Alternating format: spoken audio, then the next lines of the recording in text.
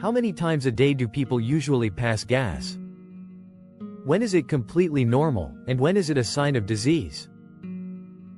Today I'll break it all down for you: foods, habits, tests, and practical home solutions. 2. Bloating versus distension plus normal physiology. Bloating means the subjective sensation of fullness or heaviness in the belly. Distension means the visible, measurable expansion of abdominal girth. They are related, but not the same. Where does gas actually come from? First, swallowed air, from eating too fast, talking while eating, chewing gum, or using straws. Second, fermentation of carbohydrates in the colon, especially FODMAP foods. Rarely, gas can diffuse from the blood or come from chemical reactions. Normally, most people pass gas about 14 times per day, but a range from 8 to 20 or even more can still be normal. The body produces about 0.2 to 1.5 liters of intestinal gas every day. At any given time, there's roughly 200 milliliters of gas in the gut. So yes, everyone passes gas. It's a normal part of healthy digestion. 3. Excessive gas and AMP. Burping, normal versus concerning. Passing some gas after meals or releasing it 10 to 20 times per day without discomfort is normal. But it becomes excessive if it disrupts daily life with pain, severe bloating, or social embarrassment. If it wakes you up at night. If it starts suddenly and gets progressively worse. Or if it comes with red flag signs: unexplained weight loss, blood in stool, loss of appetite, fever above 38 degrees Celsius, vomiting, iron deficiency anemia, or new symptoms after age 45 to 50. In those cases, gas is not just a nuisance, it's a medical signal. 4. Causes diet and FODMAP. High FODMAP foods, such as onions, garlic, beans, milk, apples, and sugar alcohols, increase fermentation and gas. Fatty meals and very high fiber foods can sometimes worsen bloating, while carbonated drinks add swallowed air. Lactose intolerance is very common in East Asia. Over 70% of adults in Korea are affected. This is why dairy products often lead to bloating and gas here. Functional and microbiota. IBS and SIBO increase bacterial fermentation and gas.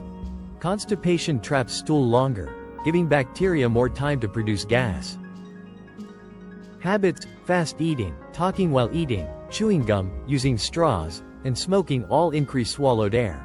Other medical causes: celiac disease, inflammatory bowel disease, gastroparesis, pancreatic insufficiency, hypothyroidism, or hormonal changes in women can also contribute.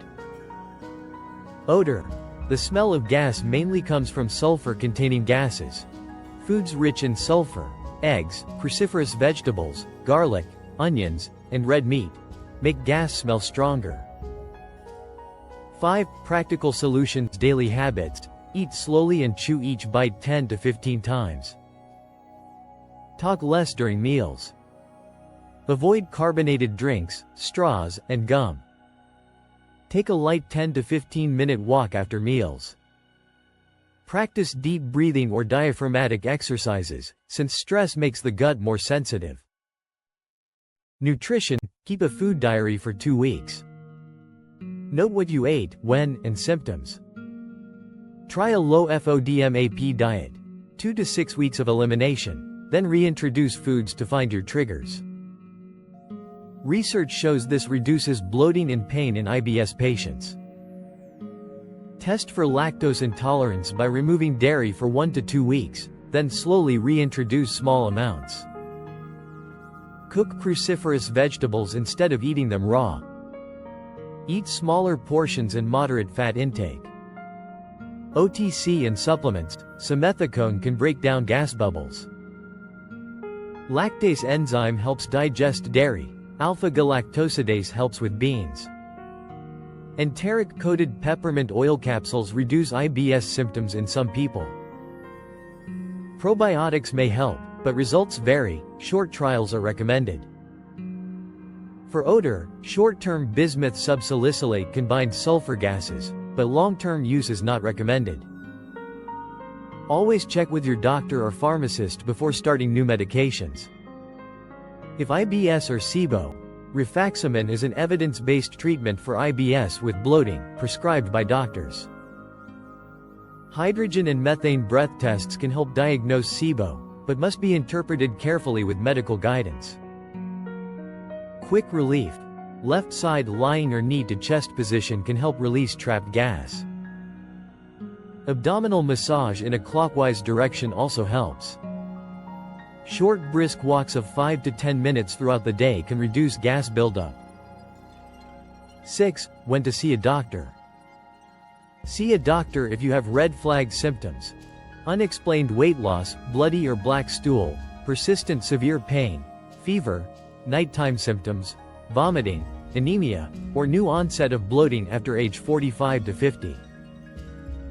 Tests may include a lactose breath test or diet trial for suspected lactose intolerance, hydrogen or methane breath test for suspected SIBO, blood tests for celiac disease, further investigations if inflammatory bowel disease is suspected. 7. Conclusion and AMP. Call to action. Most burping and farting are normal. The key question is, does it bother you, and do you have red flag signs? Here's today's checklist. Slow down your eating, test for FODMAP triggers, try a lactose-free trial, manage stress, add short walks, and use targeted supplements if needed. In the next video, I'll share a full 7-day low FODMAP meal plan with real cooking demonstrations. Don't forget to subscribe.